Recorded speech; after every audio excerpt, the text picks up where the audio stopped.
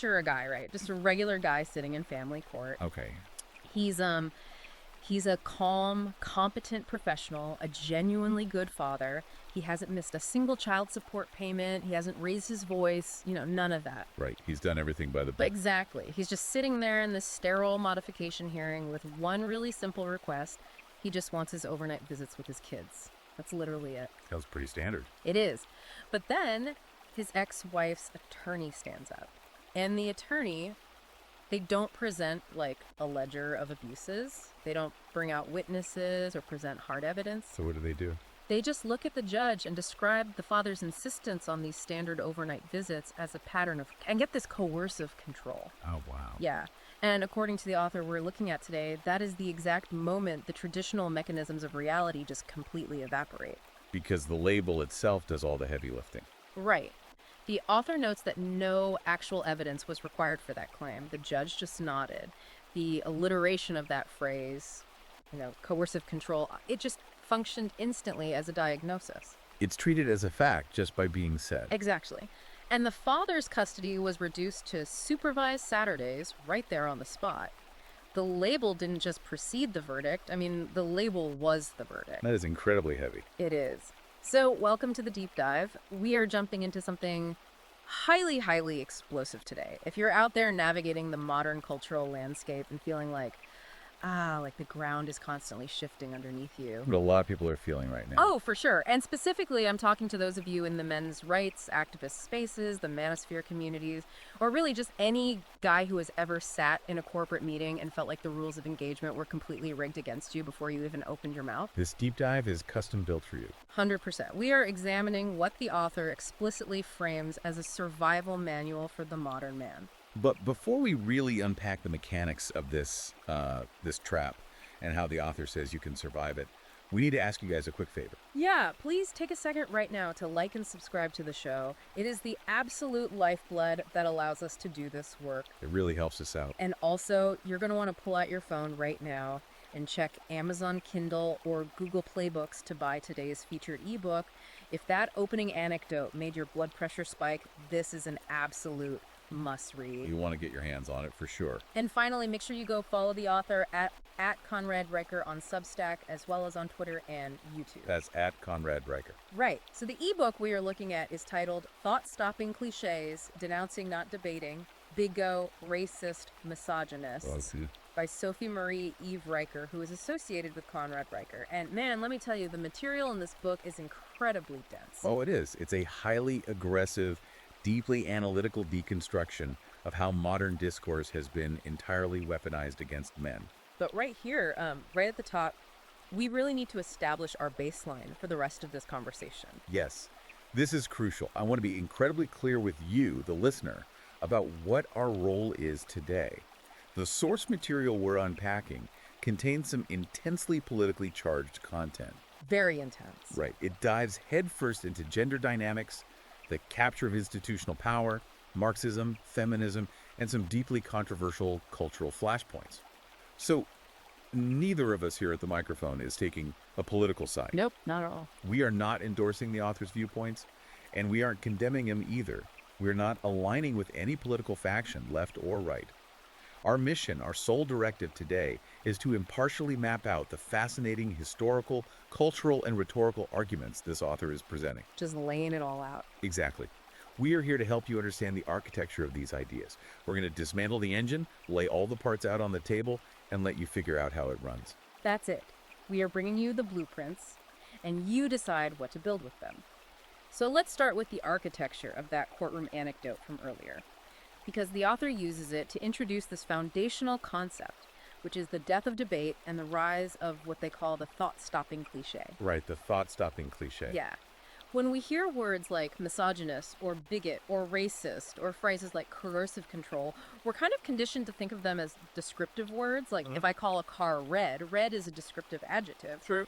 But the author argues that these specific cultural buzzwords have completely ceased to function as descriptors. They no longer carry any burden of proof. No, the author actually refers to them as spells, or even more aggressively as flashbangs. Flashbangs, that's a crazy visual. It is, but if we think about the tactical purpose of a flashbang grenade, The metaphor is incredibly precise. I mean, a flashbang isn't designed to permanently destroy a target. Hmm. It's designed to deploy this blinding light and deafening sound to temporarily completely overload human sensory perception. Right, it disorients you.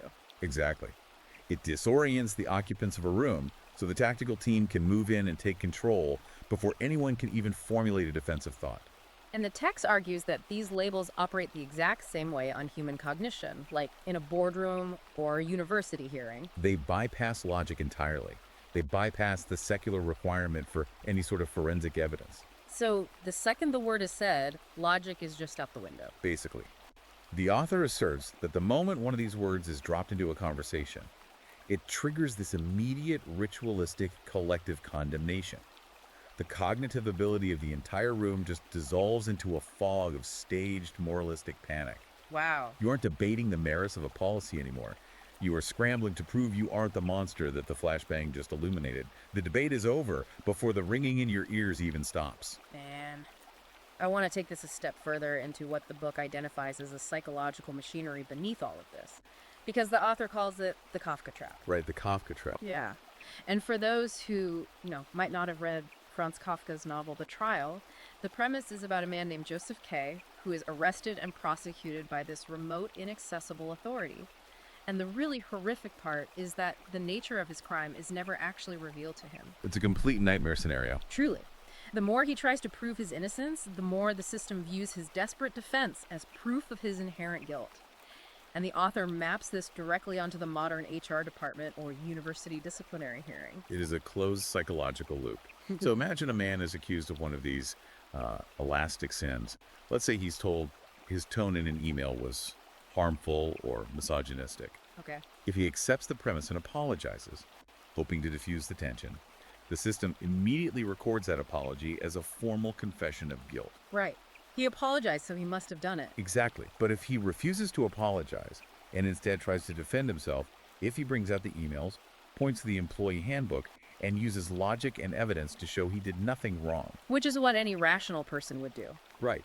But that very act of mounting a defense is recoded by the administrator as defensiveness or fragility. Oh, wow. So defending yourself is a crime, too. Yes, it's logged as confirmation of his underlying hostility. His reliance on evidence is treated as an aggression against the person who feels harmed by him. That's wild. And if he just decides, you know what, I can't win this, I'm just going to stay totally silent and let this blow over. That silence is interpreted as indifference, lack of empathy, or complicity in a toxic culture. You literally can't win. When I was reading this, I just kept thinking about a rigged carnival game. That's a good way to look at it. Right. You go to the Midway, you pay your $5, you throw the rings at the glass bottles, and you slowly realize the rings are physically smaller than the bottlenecks. The objective of the game isn't actually to test your throwing skill. No, the objective is to separate you from your money. Or in this case, separate you from your dignity and your job. But it raises this massive question. If the game is mathematically rigged so that any defense equals guilt, why do intelligent men keep stepping up to throw the rings? Well, according to the overarching framework the author paints, men keep playing the game because they are suffering from a profound category error. A category error, what do you mean? They fundamentally misunderstand the nature of the room they're sitting in. When a man is called into an HR meeting, he mistakenly believes he is standing in a traditional secular courtroom. Oh. A place built on Enlightenment principles where evidence matters, where intent matters, where due process is the standard, and where reasonable doubt acts as a shield. He thinks he can just pull out a spreadsheet or cite a company policy to clear his name. He thinks he's in a venue of law. But he's not. He doesn't realize that the venue has been entirely captured by a completely different type of authority figure. It's no longer a legal or logical proceeding. The author argues it has become a theological one. A theological proceeding, like a religion. Exactly. Think of an inquisition. In a theological proceeding, demanding empirical evidence of your heresy is just further proof that you are a heretic. Because you're questioning the dogma. Right. The secular tools of facts and figures are completely useless when the tribunal is judging the purity of your soul. Which perfectly sets up the antagonist of this entire book, the person running this modern theological inquisition. The author gives this archetype a specific name, which is the Den Mother. The Den Mother. Yeah. And what I found so compelling about this is that the book explicitly states that the primary enemy of free discourse and objective reality today isn't a billionaire tech CEO, and it isn't some shadowy elected politician in Washington. Who is it then? It's the mid-level bureaucrat. Yeah. It's the HR director, the Title IX coordinator, the DEI consultant. Right, the process technician. The person whose jurisdiction isn't truth, but compliance. Their domain is not the production of value, but the management of atmosphere. The management of atmosphere. That's a great way to put it. But to really understand the Den Mother, the book insists we have to understand how she got there. Because it didn't just happen overnight. No. These institutions didn't just wake up one morning and decide to abandon objective reality because someone felt extra sensitive. The author traces this institutional capture back to very specific ideological Marxist roots. Let's dig into the history here, because the book leans heavily on a 1965 essay by a philosopher named Herbert Marcuse. Yes, Herbert Marcuse, he's a central figure in the Frankfurt School. And they were a group of scholars who sought to apply Marxist theory not just to economics, but to culture and sociology. Right. And this 1965 essay, which is titled Repressive Tolerance, is presented by the author as the literal operating manual for the modern diversity bureaucracy. The operating manual. Exactly. Because in 1965, Marquise looked at liberal democracies and argued that genuine utopian liberation actually requires a complete inversion of how we think about tolerance. Because traditional tolerance basically says, I might disagree with what you say, but I will defend to the death your right to say it. Like, everyone gets to speak. Right, that's the classic liberal view. But Marquise argued that this traditional impartial tolerance, what he called repressive tolerance, it merely serves the powerful status quo. Okay, I follow. Because if you let everyone speak equally, traditional and conservative ideas will just maintain their dominance. Yeah. So Marquise advocated for a new standard, something he called liberating tolerance. And how does that work? Well, the author points out that liberating tolerance requires a very specific double standard. It demands absolute intolerance toward right-leaning, traditional, and conservative ideas, while extending infinite tolerance to progressive and revolutionary ones. Wow. So it's literally a philosophical justification for asymmetrical censorship. It's the intellectual foundation for, tolerance for me, but not for thee.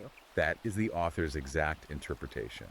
The text argues that the modern HR department and the university administration have implemented Marcuse's 1965 framework with absolute religious fidelity. It's everywhere. It is. We see this in how speech is categorized today. Progressive speech, even if it is incredibly disruptive or aggressive, is classified institutionally as education and safety. Right. But conservative speech, or even just speech based on traditional biological realism or empirical data, is structurally classified as violence or harm. And this brings us to how the Den Mother actually wields this asymmetrical power in the real world. The author describes a phenomenon called the infantis effect. I want to highlight this because the visual is just so striking. It really is. The author says the Den Mother adopts the posture of a wounded, helpless child while simultaneously wielding the punitive power of an absolute sovereign. She's constantly policing the quote-unquote temperature of the room. She polices feelings. Her supposed fragility is actually the source of her ironclad authority. It operates precisely on the logic of a medieval court. Well, in a medieval setting, the absolute monarch cannot be questioned, because the mere act of questioning the crown is treason. Right. The modern administrator, according to the text, merges the unassailable innocence of a victim with the unquestionable authority of a king. She is simultaneously the helpless infant requiring institutional protection from your words and the absolute monarch dispensing career-ending justice if you actually speak them. That is terrifying. And the book illustrates this perfectly by tracking the history of Title IX in the United States. Because if you want to see how a well-intentioned system gets captured by Marquise's logic, this is the textbook example. Definitely. The author points out that back in 1972, Title IX was literally one single sentence. It was just this brief legislative rider about ensuring equal access to federally funded education programs, which mostly ended up applying to giving women equal funding in collegiate athletics. It was a standard of equality of opportunity. Right. But then the author tracks how that evolved. Fast forward to 2011, and the Obama administration's Department of Education issues a document known as a Dear Colleague letter. This was a massive shift. A massive shift. And the author argues that this single administrative letter effectively morphed that one sentence from 1972 into a sprawling, campus-wide star chamber tribunal system designed specifically to target young men. The author focuses heavily on the mechanics of how that letter changed the system, Mm. because it fundamentally altered the burden of proof required to destroy a young man's academic life. The burden of proof. Yes. In the criminal justice system, if you are accused of a severe crime, the standard is beyond a reasonable doubt. That is a high bar, and it's designed to protect the innocent. Because it's better that a guilty person goes free than an innocent person goes to jail. Exactly. But the 2011 mandate forced universities to use a preponderance of the evidence standard for severe accusations of sexual misconduct. Which basically means 50.1% certainty. Just a feather's weight more likely than not. Yes, the lowest possible burden of proof in American jurisprudence. Furthermore, it created an apparatus run entirely by administrators, whom the author notes are overwhelmingly female, lacking legal training, operating without the right to cross-examine accusers, and fundamentally lacking any due process. Just a total kangaroo court. The author argues this was not a system designed to find truth. It was a system designed to process young men through a guilt presumption machine to satisfy ideological quotas. So when we step back and look at this from a macro level, what does this all mean for the baseline of reality in, say, a Fortune 500 corporation today? It changes everything. Right, like if I'm sitting in a strategy meeting and I cite a factual, peer-reviewed statistical study about consumer behavior, and a colleague chimes in and says that my study makes them feel unsafe, how does the den mother resolve that conflict? You have a hard fact colliding with a subjective feeling. Well, under the framework the author describes, the den mother does not resolve it by examining the methodology of your study or debating the data.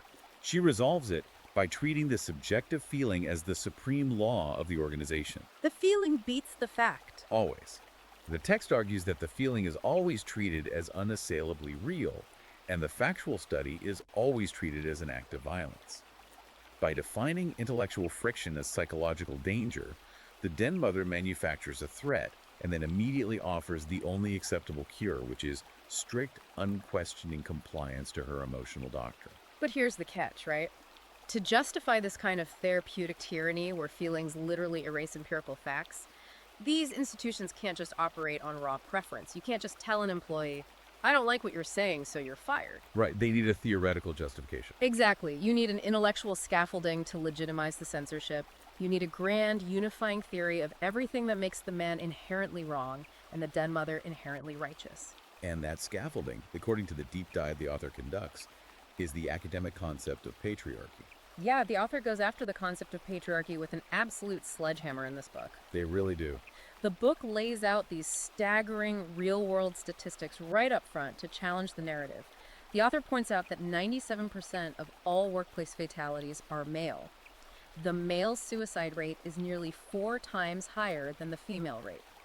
Boys are lagging behind girls at every single educational level, from elementary school reading comprehension all the way through to college enrollment and graduation rates. And fathers are systematically marginalized in family courts, as we saw in the opening anecdote. Exactly. Now, a casual observer might think that presenting those massive systemic statistics would completely shatter the narrative that Western society is universally designed by men, for men, to benefit men at the expense of women. You would think so. But the author explains exactly why these statistics bounce right off the ideology. And to explain this, the author invokes the philosopher of science, Karl Popper, and his criterion of falsifiability. This is a crucial concept. For those unfamiliar, Karl Popper argued that for a theory to be scientifically valid, there has to be some conceivable evidence that could prove it false. Right. Like if I say all swans are white, that's a falsifiable theory because the moment we discover a black swan, the theory is proven wrong. Precisely. If a hypothesis cannot be disproven by any possible observation, Popper argued it doesn't belong in the realm of science or sociology. It belongs in the realm of theology or pseudoscience. Because it's just faith at that point. Yes, and the author applies this directly to modern feminism, arguing that it treats patriarchy not as a measurable sociological system, but as an unfalsifiable theology. Because it absorbs all disconfirming data. Yes, exactly. If men succeed, if they hold institutional power as CEOs or politicians, the ideology claims this proves the existence of patriarchy. But if men suffer, if they make up 97% of the deaths on construction sites, oil rigs, and deep-sea fishing boats, the theory consumes its own disconfirming data. The activist response to those deaths is to claim that the patriarchy permits men to take dangerous jobs because patriarchal capitalism values male labor over male lives. Therefore, systemic male death and suffering is also framed as proof of patriarchy. It's a completely closed loop. The author says it's like a serpent swallowing its own tail and calling it nutrition. No matter what the data says, the conclusion is already written. You can't win. You really can't. And the book points out that this omnipresent ghost version of patriarchy didn't always exist. The author traces the historical evolution of the word itself, and it's fascinating how much it has mutated over time. The text tracks this conceptual drift over a century, showing how a useful analytical tool was slowly radicalized. It starts with the sociologist Max Weber in 1922. What did he say? Weber used the term patriarchy as a neutral descriptive ideal type. He was simply describing a specific system of household governance where the eldest male held authority. It was a bounded, useful term for analyzing pre-modern social and agrarian arrangements. Right, he was just describing how a specific Roman or feudal household operated. There was no modern moral panic attached to it. Exactly. But then we look back even further to Friedrich Engels in 1884. Engels had already started weaponizing the concept of the patriarchal family as a tool of economic class struggle, arguing it was the first historical instance of one class oppressing another. So the Marxist roots go way back. They do. But even so, Engels' critique was still anchored to observable material things like property laws and legal codes. The decisive radical shift happens in 1970 with Kate Millett's book, Sexual Politics. Ah, that's the era of the personal becomes political. Yes. Millett effectively detached the concept of patriarchy from specific legal institutions or property rights and reinstalled it as a universal invisible structure spanning every single human interaction. Invisible structure. Right. Every relationship, every conversation, every glance between a man and a woman was now infused with this invisible power dynamic. Then, Catherine MacKinnon in 1989 completed the philosophical turn by declaring that the state itself, in its very logic of objectivity, was substantively male. So objectivity itself is patriarchy. According to that theory, yes. The author argues that by the 2020s, the term completely dissolved into a thought-terminating cliché, a ghost that no one is expected to operationally define, but everyone is expected to completely submit to. Man. And what I found absolutely brilliant here is how the author introduces this concept called the migration and absorption protocol. Oh, this part is fascinating. Let's say you're a man in one of these debates and you try to bring reality into the room. You point out that in the modern world, women earn roughly 60% of all university degrees. They completely dominate teaching positions, HR departments, and family court judgments. They control an estimated 80% of discretionary consumer spending. You point out that women hold massive institutional and economic power today. How does the theory handle that? Right. How do they justify that? The theory simply absorbs it through this protocol. Yes, the ideology neutralizes these facts by claiming that these powerful women are merely acting as managers of men's systems. Managers of men's systems. Unbelievable. They are framed as co-opted administrators operating within a superstructure that is still invisibly designed by men. So, female institutional dominance is magically flipped and presented as evidence for the insidious adaptability of the patriarchy. When I read that, I immediately thought of a rigged casino. You're at the craps table, and the house always wins, no matter what the dice do. If you roll a 7, the house wins. If you roll snake eyes, the house wins. If the dealer accidentally knocks the dice off the table and they land on the carpet, the house still wins. The rules constantly shift to favor the house. The goalpost doesn't just move, it teleports. There is no logical escape route for the accused because the system is designed to consume every single defense. Which is exactly why the author insists that you cannot engage in a good faith debate with a concept that operates this way. You can only confront it by stepping outside its framework, demanding hard definitions, and exposing the fact that the theory relies entirely on the erasure of empirical evidence. Okay, so if the macro level, civilization-wide critique is patriarchy, the author points out there is a micro level critique too. A weapon leveled against men's actual individual behavior, psychology, and biology, and that is another famously weaponized term, toxic masculinity. Oh, yes. The author dedicates a highly aggressive portion of the text to dismantling this exact phrase. The argument is that toxic masculinity is not a legitimate clinical diagnosis.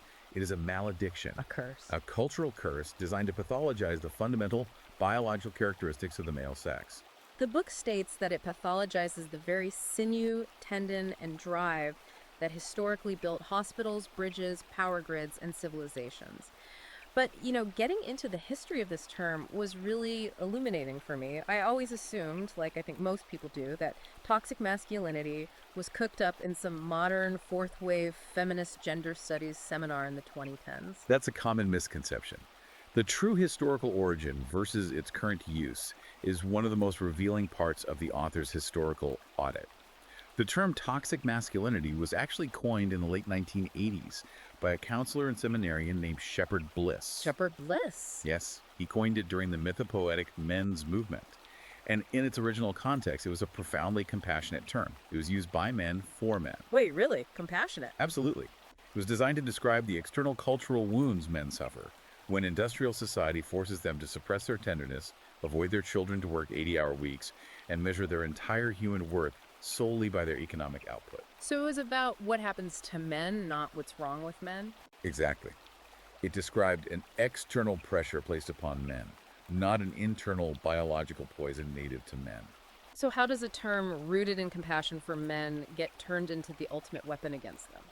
The author explicitly frames this transformation as a textbook example of Antonio Gramsci's concept of the long march through the institutions. Which means? It means a phrase coined in compassion was slowly captured by ideological academics, stripped entirely of its original context, inverted in its polarity, and then weaponized against the very population it was meant to help. It went from society treats men in a toxic way to men are inherently toxic to society. Wow. And the book breaks down the mechanics of how this weapon operates today. The author asks us to look closely at what specific behaviors are actually being labeled as toxic. If a man is lying or stealing or being unnecessarily cruel, those are universally human flaws. Women lie, steal, and exhibit cruelty as well. But the traits that get systematically targeted under the umbrella of toxic masculinity are uniquely male traits. The drive for physical competition, physical courage, the instinct to protect and provide, stoicism in the face of danger. The text points to a very specific, chilling institutional milestone to prove this isn't just a fringe theory. They cite the 2018 guidelines released by the American Psychological Association. The APA. Yes, the APA. This is a massive institutional authority.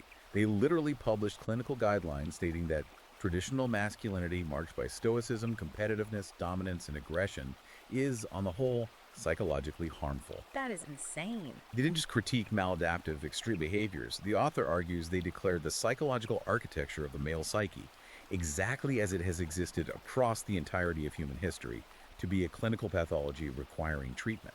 And the cost of this isn't just academic theory staying in the ivory tower. The book brings up the firing of James Damore, the Google engineer, as the ultimate modern case study of this pathology in action. Yes, the Damore memo. Right. Damore wrote an internal memo citing mainstream, peer-reviewed evolutionary psychology regarding average sex differences in trait interests. He was specifically explaining why there might not be a clean 50-50 split of male and female engineers. He was arguing for viewpoint diversity. And how did Google management respond to a data-driven argument? Well, Google management didn't rebut a single citation. They didn't produce counter-studies or debate his evolutionary biology claims. The VP of Diversity informed the workforce that the memo advanced incorrect assumptions, and Damore was fired for violating community standards. They just diagnosed him. Exactly. The author uses this incident to show that the institution responded with a diagnosis rather than a debate. They recoded his empiricism as a character defect. The very demand for evidence was treated as an exclusionary aggression against a protected class. But let me play devil's advocate for a second here, using the author's own framework.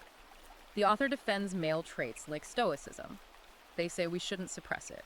But what is the alternative that the diversity trainers and the APA actually want? Surely the accusers would argue they don't want men to be weak, they just want men to be well-rounded, emotionally expressive, and in touch with their feelings, right? What happens in a real crisis if men abandon stoicism? The author anticipates and addresses that exact pushback by asking you to ruthlessly visualize the proposed alternative in a real-world scenario. What is the progressive alternative to male stoicism during a crisis? Is it emotional decompensation in a crowded emergency room while a surgeon is trying to save a patient? I certainly hope not. Is it tearful paralysis on a battlefield? The author asserts that the accuser has no answer to this because the ideology itself possesses no positive vision of healthy, functional masculinity. It only possesses a vacuum. Just an empty space. Yes. The unstated assumption of these diversity programs is that male nature is just raw, toxic material requiring ideological refinement. The institution doesn't ask young men to become better men, it asks them to become less male, and the institution calls that reduction healing. Man. Which brings us to the core philosophical problem underpinning everything we've talked about today. Because if an institution is going to systematically erase empirical evidence, fire engineers for citing biology, and pathologize natural male behavior, it needs to completely upend the way society determines what is true and what is false. It needs a brand new epistemology. Right, epistemology being the branch of philosophy concerned with the theory of knowledge, how we know what we know and how we justify our beliefs. And the author argues that the modern cultural left has executed an epistemic inversion. An epistemic inversion. Yes, the entire concept is best summarized by the cultural slogan, "Believe all women." Right. And the author says this slogan explicitly replaces the requirement for evidence with the requirement for emotion, and then has the absolute audacity to call the resulting system morality. The author meticulously breaks down the dangerous conflation happening here. They argue that belief and evidence belong to two entirely different domains of the human experience. Belief is a pastoral, tribal gesture. Like in a church. Exactly. It's what you do in a community of faith to signal loyalty and compassion. A priest offering pastoral care to someone in distress does not require forensic proof of their suffering to offer them comfort. But a courtroom or a police precinct or an HR tribunal operates on completely different software. Precisely. Evidence is a secular forensic requirement of justice. A detective or a judge requires exactly that forensic proof before they use the power of the state to destroy a person's life, liberty, and reputation. The author claims that the activist project has deliberately collapsed these two domains, turning the secular courtroom into a religious loyalty test. They want the comfort without the rigor. They demand that the comforting tools of the sanctuary completely replace the rigorous, skeptical tools of the state. This makes me think of sports, like watching a football game. Imagine a referee who decides before the game even starts that one team is historically oppressed and the other team is historically oppressive. Okay, I see where you're going. So every time a player on the oppressed team falls down and claims they were fouled, the referee just throws a flag on the other team based purely on the player's subjective feeling of being fouled. The referee completely refuses to check the instant replay cameras because checking the cameras would imply they doubt the player's lived experience. The game would devolve into total chaos. It wouldn't be a game anymore. Right. And the author is saying that in modern HR departments and Title IX offices, checking the instant replay camera demanding the evidence is now considered a moral crime against the accuser. And the text provides chilling historical examples of what happens when major institutions adopt this epistemic inversion. The most prominent macro example cited is the 2014 University of Virginia Rolling Stone article. Titled A Rape on Campus. Yes. It was a horrific, highly graphic story of a gang rape at a fraternity house, published by a major legacy magazine without basic journalistic verification. Reputations were completely destroyed, fraternity house was physically vandalized, and the university suspended all social activities. Mass hysteria. Total panic. The administration, the legacy media, and the public operated strictly on the Believe protocol, abandoning all journalistic skepticism. And the entire story turned out to be a complete ground-up fabrication. It was entirely debunked by an independent review from the Columbia School of Journalism and local police investigations. Rolling Stone had to pay millions of dollars in defamation settlements. But the author makes a crucial, broader point here. While the magazine paid a financial price, the cultural dogma that produced the catastrophe survived without a scratch. They didn't learn a thing. The mechanism of prioritizing emotional narrative over empirical verification remained totally intact. The author also points out that in that same year, 2014, police constabularies in the United Kingdom formally adopted Belief protocols as their official starting point for sexual offense investigations. Meaning what? Meaning it mandated that officers believe the complainant from the outset, rather than approaching the investigation with neutral, evidence-seeking skepticism. The author points out that this creates a massive agency asymmetry. If you demand that subjective testimony is legally binding without corroboration, you are replacing objective law with the fragile, potentially vindictive psychology of the accuser. It's incredibly dangerous. And this leads us to the broader societal impact. Because this isn't just about individual campus cases or single magazine articles. This localized inversion of truth scales up to a society-wide industry, which the author calls the grievance economy. An industry built entirely on collateralizing resentment. The author states that in this new economy, your discomfort, properly packaged, becomes a bond. It is a tradable asset that grants you institutional power. But to make that economy function, to allow people to trade their offense for power over others, the author says the system has to erase a very specific boundary, the boundary between harm and offense. This is a vital distinction deeply rooted in classical liberal thought, particularly John Stuart Mill's harm principle. In classical liberalism, harm requires demonstrable, objective injury. Like physical damage. Right. Physical, financial, reputational, or legal damage sustained by a specific action traceable to a specific agent. You can prove harm in a court of law with documentation or medical records. Like someone breaking a legal contract or physically punching you in the face. Exactly. Offense, on the other hand, operates entirely differently. Offense is the subjective, internal emotional reaction of a listener to an idea, a word, or a concept. The classical liberal framework argues that offense is entirely within the listener's domain to manage. You cannot legislate against offense because it's so subjective. You can't put someone in jail because you didn't like their joke. Precisely. But the modern administrative state, which the author provocatively terms the gyno-fascist administrative state, has completely erased this boundary. By treating psychological discomfort as functionally equivalent to physical violence, the state allows the person who claims to be offended to wield institutional power to punish the speaker. So under this new rule set, if I say something that is statistically demonstrably true, like citing a crime statistic or a biological reality, and you say that fact offended you or made you feel unsafe, the system treats it as if I physically assaulted you. Yes. And the author applies this exact mechanism to a massive macro-level historical event, which is the suppression of the Hunter Biden laptop story by the New York Post in October 2020. This is wild to look back on. This is weeks before a presidential election. The New York Post, which is America's oldest daily newspaper, publishes primary source emails that contradict the prevailing political narratives of the time. A huge story. And in response, Twitter literally locks the newspaper's account. Facebook artificially suppresses the link so users can't share it. The legacy media either ignores the primary source emails entirely or actively attacks the Post for having the audacity to publish them. The author uses this event as the ultimate demonstration of the grievance machinery scaling to the level of national information control. The logic of the suppression, according to the text, operates on the exact same premises we see in those campus beach codes we discussed earlier. They cited safety, right? Yes, the tech platforms and media entities declared that the story was suppressed to protect democracy and prevent harm. The author translates this rhetoric, arguing that protecting democracy in this specific context functioned purely as a linguistic cloaking device for protecting progressive power. It was a state corporate coalition substituting their subjective definition of harm for objective journalistic reality. They prioritized the emotional and political safety of their ideological cohort over the empirical truth of the primary sources. So let me ask you, the listener, to reflect on this for a second. Look at your own workplace, your university, or even your social media feed. Have you ever noticed how the safety standard only ever ratchets in one direction? The one-way ratchet. Yeah, the book calls it the one-way ratchet. A slightly off-color joke between colleagues becomes a formal reprimand. A reprimand becomes a hostile environment complaint. A citation of objective crime statistics becomes evidence of inherent misogyny or racism. But there is absolutely no mechanism for a falsely accused man to ratchet the cost back onto his accusers. The standard of safety is only ever applied to protect progressive orthodoxy from traditional challenge. And that one-way ratchet ensures total ideological compliance.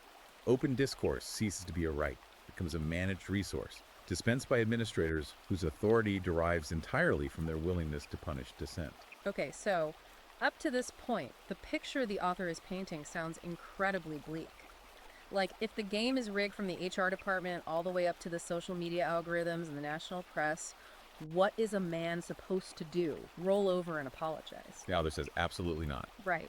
The book shifts entirely from diagnosis to offering a tactical, aggressive field manual for the counteroffensive. And it's based on the oldest analytical technology in Western civilization. The trivium, grammar, logic, and rhetoric. The foundational structure of classical education that dates back to antiquity. The author argues this is the ultimate, undefeated weapon against thought-stopping cliches, because it refuses to accept the accusative vocabulary without a forensic audit. Let's break these down because this is the survival guide part of the text, starting with grammar. The author's mandate here is brilliantly simple, which is define before you denounce. How does a man actually use the concept of grammar in a hostile HR meeting? When the label lands, when the flashbang goes off, and you are called a misogynist or told your behavior is toxic, the author insists you must resist every instinct to play defense. Do not apologize. Do not recite your progressive credentials or talk about how much you respect women. Instead, you seize the definitional ground. You physically and rhetorically pause the room and you demand the grammar. You demand the exact operational definition of the term they are using against you. Exactly. What specifically does toxic mean in this exact context? Does it involve measurable physiological harm? Or are we just talking about someone's emotional discomfort? You demand the specific company policy number that was supposedly violated. You demand the exact falsification standard. Put the burden back on them. Yes. The author notes a profound truth here. A word that means everything means nothing. When the administrator is forced to draw a specific bright line between legitimate behavior and the condemned act, the rhetorical spell of the flashbang word breaks. Because the entire source of the bureaucrat's power relies on the word being elastic and undefined. If they actually have to define it, they trap themselves. Okay, next is logic. The book gives a brilliant historical example of logic in action during a 2020 Oxford Union debate. This example perfectly illustrates how to dismantle a weaponized syllogism. In this specific debate, the pro-side activist used highly emotional theater to condemn Western civilization as a structurally oppressive patriarchy. The author points out that the activist relied entirely on a classic Mountain-Bailey fallacy. I love this concept. Let me explain the Motte and Bailey for the listener because it's such a powerful visual. Think of a medieval castle. You have the motte, which is the stone tower up on the hill, highly fortified, very safe, easy to defend. And then you have the bailey, which is the sprawling, fertile farmland down below, highly desirable, very profitable, but incredibly hard to defend if you get attacked. A great analogy. In an argument, the Motte and Bailey fallacy is when someone conflates two positions. They make a radical, sweeping, controversial claim, that's them trying to claim the Bailey, but the moment you attack their radical claim with logic, they immediately retreat to the safe stone tower of the Motte, which is a modest, easily defensible position, and they pretend that the safe position was all they were arguing all along. That is a perfect encapsulation. And in the context of the Oxford debate, the safe moat was the reality of individual male criminality. The fact that some men do terrible things and women sometimes legitimately fear for their physical safety. No rational person denies that. It's an easily defensible moat. Sure. The Bailey, however, was the activist's sweeping ideological claim that Western civilization as a whole is universally designed to benefit men at the expense of women. So the activist tries to claim the whole society is evil, and when challenged, retreats to, well, don't you care about women's safety? So how did the logician on the other side counter it? By completely refusing to fight over the mots. He ignored the emotional retreat and operated strictly on the level of structural, systemic data. He cited the demographic realities of male disposability that we discussed earlier. The occupational fatalities, the disproportionate suicide rates, the family court losses. Hating them with the facts. Yes. He shattered the activist's syllogism by asking a devastating logical question. If the overarching system is a patriarchy explicitly designed by men to serve men, why are men the ones being crushed to death in the factories, dying in the wars, and taking their own lives in record numbers? The feminist syllogism simply collapsed under the weight of empirical historical male suffering. The logic forces the opponent to deal with objective reality instead of just hiding behind their subjective feelings. Finally, we have rhetoric. This is the behavioral strategy. It's not just what you say, it's how you deliver these arguments. The author is absolutely adamant on this point. Do not match emotion with emotion. Emotion against emotion is just a contest of volume, and the institution has already predetermined whose volume counts. If a woman cries in an HR meeting, she is validated as a victim. If a man gets angry in an HR meeting, it's logged as aggression and proof of his toxicity. Building on that, the author says you must strip out all hedge words from your vocabulary. Remove all preemptive apologies. Deliver your refutations with unshakable calm, precision, and proportion. Anchor everything you say in definition, evidence, and logical form. The man who controls the definitions controls the debate. But I have to push back here, on behalf of the guy actually sitting in that HR office with a mortgage to pay. This all sounds great in a debate hall. But if I go into a meeting with the den mother and I aggressively demand the exact operational definitions of her buzzwords, and I refuse to apologize for my factual statements, and I bring out the trivium, won't she just fire me anyway for being insubordinate or not a team player? Does using the trivium actually save your job? That is perhaps the most crucial, sobering insight of the author's counteroffensive. The text acknowledges a harsh reality. You might still lose the job. So they can still fire you. Yes. But you won't lose your dignity. You won't participate in your own psychological destruction. The entire Kafka trap depends on your willingness to play the role of the repentant patient in their ideological therapy session. The apology is the fuel for the machine. It's what legitimizes their power. Yes. The moment you decline to confess for a feeling and instead demand your procedural rights and empirical evidence, the administrator's moral halo evaporates. The goal of the trivium is to expose the rigged game. You force the tyrant to act as a tyrant out in the open, using raw, naked power to fire you, rather than letting them pretend to be a healer, offering you education and grace. Make them own it. The system desperately wants you to hand over your dignity one concession, one apology at a time. The trivium stops the concessions entirely. It's the architecture of refusal. The book basically says that the emperor doesn't negotiate with the clipboard bureaucracy. He just goes and builds the next empire. And that brings us to the profound civilization-level question the author leaves us with to mull over. It's a big one. Yeah. If we zoom out from the individual man to the whole society, what happens to an infrastructure, an economy, an entire civilization when its core institutions prioritize the avoidance of female grievance over product quality, scientific accuracy, and objective reality? Can a society built on Marcuse's repressive tolerance sustain the very bridges, power grids, aviation systems, and legal frameworks it relies on to survive? Is a profound structural question. And the author predicts that this dynamic is forcing the emergence of a bifurcated society. A parallel infrastructure is forming right now. 2 tracks. Yes.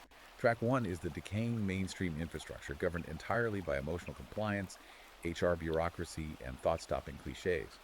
It is a track where speech is coded as harm and pure competence is viewed as suspicious or exclusionary. And track 2. Track 2 is the alternative being built right now in private channels, independent media, uncaptured spaces, and decentralized networks.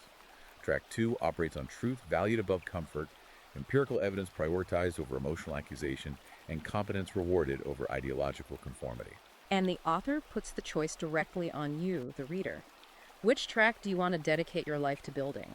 Look at the corporate and academic entities demanding your agreement right now.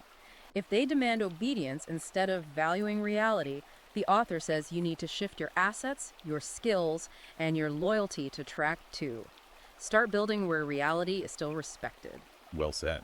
Before we wrap up, I just want to echo what we stated at the very beginning of this deep dive. Indeed. Our purpose today was to thoroughly map out the author's intense framework, to dissect the mechanics of these arguments, and to present them to you with forensic detail. We invite you, the listener, to critically examine these ideas for yourself, to weigh the historical evidence, and to test the logic of the trivium against the realities you face in your own life. We brought you the blueprints, you decide what to build, and if this deep dive sparked something in you, if it finally gave you a vocabulary for something you've been feeling but couldn't quite name in those corporate meetings, we need you to take action right now. Please like and subscribe to this show. It is the oxygen that keeps us going. Subscribe and follow, for sure. More importantly, pull up Amazon Kindle or Google Play Books right now and buy this ebook. Buy it, read it, digest it, and as the author asks, write a 5-star review. Don't do it for vanity. Do it as a signal fire for the next guy who has been silenced and is searching in the dark for confirmation that he isn't insane. It's a powerful message. It is. And finally, make sure you follow the author's ongoing work at Conrad Riker on Substack, Twitter, and YouTube to join that Track 2 counter-narrative. The corruption of logos always precedes the corruption of everything else. When words lose their definitions, justice loses its form. So remember the rigged carnival game. They want you throwing those rings all day, apologizing every time they bounce off the oversized bottle. But you don't have to play their game. You can step back, look at the carny running the booth, and demand they measure the ring.